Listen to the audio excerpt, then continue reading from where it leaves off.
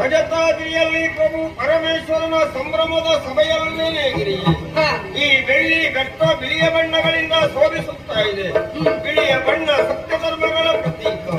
ಸತ್ಯ ಧರ್ಮಗಳು ಎಲ್ಲಿ ನೆಲೆಯಾಗಿ ನಿಲ್ಲುತ್ತವೆಯೋ ಅಲ್ಲಿ ದೇವ ಸಾನ್ನಿಧ್ಯ ನೆಲೆಯಾಗುವುದಲ್ವೇನೆ ಗಿರಿಯೇ? ನನ್ನನ್ನು ನಿರೀಕ್ಷಿಸಿದೆಯೋ?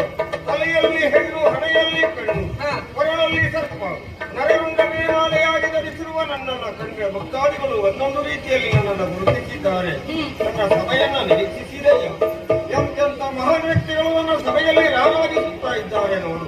ಒಂದು ಕಡೆಯಲ್ಲಿ ಲಕ್ಷ್ಮೀ ಸಮೇತನಾಗಿ ಮಹಾವಿಷ್ಣು ರಾರಾಜಿಸುತ್ತಾ ಇದ್ದಾನೆ. ಮತ್ತೊಂದು ಕಡೆಯಲ್ಲಿ ಬ್ರಹ್ಮನು ನಿರತನಾಗಿದ್ದಾನೆ.